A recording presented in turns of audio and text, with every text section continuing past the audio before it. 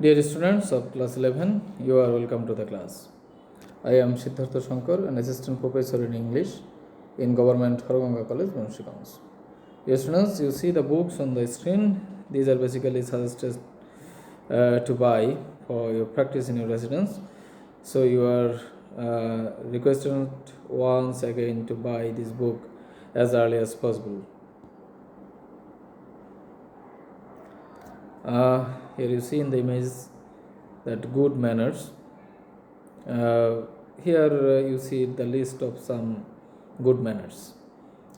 Be a friend, be a good listener, be kind, take turns, help others, raise your hands, say please and thank you. And in the next image you see something about etiquette. Is etiquette important in our daily lives? So what are the etiquettes? Here you see I am sorry, thank you, excuse me, please, meeting you, pleasure meeting you, please, you are welcome, good morning.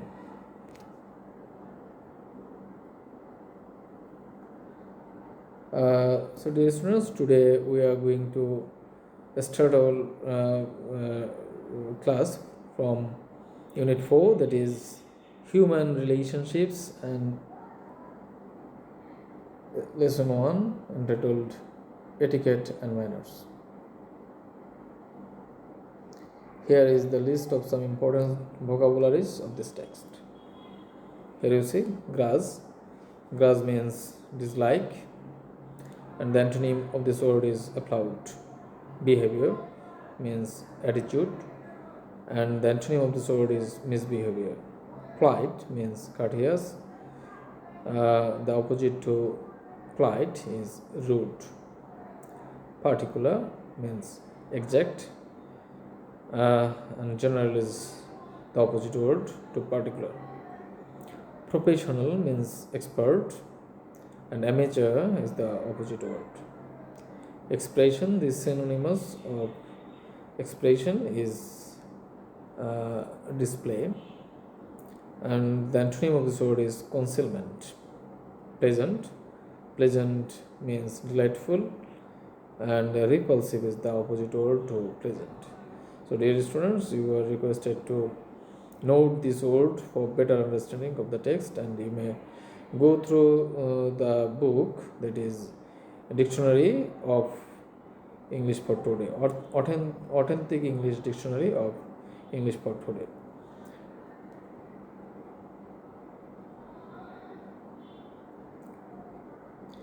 Here is the text. I am going to read it out, and at the same time I am also describing it in Bangla. So here you see, as a child you must have been told to greet your elders and visitors to your home according to your culture and tradition.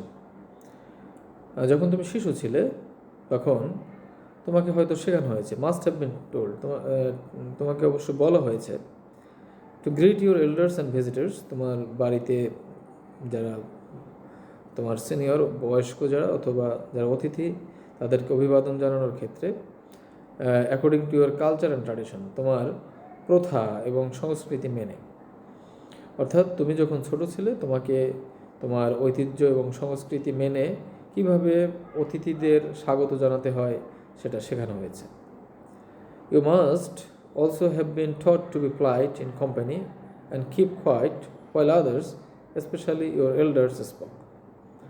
এবং ছোটোবেলায় অর্থাৎ তোমাকে শেখানো হয়েছে, আরও শেখানো হয়েছে to be polite in company, অর্থাৎ লোকজনের সাথে শান্ত থাকার জন্য, এবং বিশেষ করে যখন বড়রা কথা বলে তখন শান্ত থাকার জন্য শেখানো হয়েছে। Possibly you at times grasped such schooling. সম্ভবত এরকম শিক্ষায়, স্কুলিং মানে এ ধরনের শিক্ষায় তুমি বিরক্ত হয়েছ। Positively at times you even protested such disciplining, এমন হতে পারে তুমি এ ধরনের নিয়মানুবর্তিতাকে প্রতিবাদও করেছ। Now certainly you know that you can't always behave the way you want, specially in the presence of others. কিন্তু এখন যখন তুমি একটু বড় হয়েছো তুমি অবশ্যই বুঝতে পারো যে অন্যদের সম্মুখে, অন্যদের উপস্থিতিতে যেমন খুশি তেমন আচরণ করা সম্ভব নয়। There are rules of behaviour you have to follow in company. কিছু নিয়মকানুন রয়েছে তোমাকে অনুসরণ করতে হবে যখন তুমি তোমার লোকজনের সাথে থাকবে। You are social beings and have to consider the effect of our behaviour on others. We are social beings মানে আমরা সামাজিক জীব, এবং আমাদের আচরণের যে প্রভাব অন্যের উপর পড়বে সেটা কিন্তু আমাদের বিবেচনায় নিতে হবে। Even if we are at home and dealing with our family members. যদিও বা আমরা ঘরেও থাকি এবং আমাদের পরিবারের সদস্যদের সাথেও যদি আচরণ করি, কথাবার্তা বলি, সেক্ষেত্রেও আমাদের কিছু নিয়মকানুন অনুসরণ করতে হবে। কাজেই আমরা যেহেতু সামাজিক জীব, আমাদের সমাজে বসবাসের ক্ষেত্রে যেমন আচরণকে ফলো করতে হবে, একইভাবে পরিবারেও আমাদের সুন্দর আচরণকে অনুসরণ করতে হবে। We have two terms to describe our social behavior, etiquette and manners. এখন এটিকেট এবং ম্যানার এই দুইটা টার্ম বা দুটো শব্দ রয়েছে আমাদের সামাজিক আচরণকে সংজ্ঞায়িত করার জন্য। সামাজিক যে আমরা আচরণ যে বিষয়টা রয়েছে তার ক্ষেত্রে আমাদের দুটো টার্ম, একটা হলো এটিকেট এবং একটি manner. So etiquette is a French word and it means the rules of correct behaviour in society. Etiquette হলো একটা ফরাসি শব্দ এবং এর অর্থ হলো সমাজে সঠিক আচরণের নিয়ম। The word manners means the behavior that is considered to be polite in a particular society or culture. আরেকটা শব্দ হলো ম্যানার, এর অর্থ হলো behaviour that is considered to be polite, সেই আচরণ যেটাকে সঠিক বলে বিবেচনা করা হয় in a particular society or culture. কোনো বিশেষ সমাজ অথবা সংস্কৃতিতে যে আচরণকে সঠিক বলে বিবেচনা করা হয় সেটাই manner. Manner can be good or bad. Manner ভালো হতে পারে, খারাপও হতে পারে। For example, it is a bad manner to speak with food in once mouth. মুখে খাবার নিয়ে কথা বলাটা একটা ভালো অভ্যাস নয়, একটা খারাপ আচরণ। No one likes a bad mannered person. কেউই কিন্তু খারাপ আচরণকারী ব্যক্তিকে পছন্দ করে না। Remember that etiquette and manners vary from culture to culture and from society to society. এবং তোমাকে স্মরণ রাখতে হবে যে এটিকেট এবং ম্যানার সমাজে সংস্কৃতিতে আলাদা। অর্থাৎ এটিকেট এবং ম্যানার এক এক সমাজ এবং এক এক সংস্কৃতি ভেদে আলাদা হয়।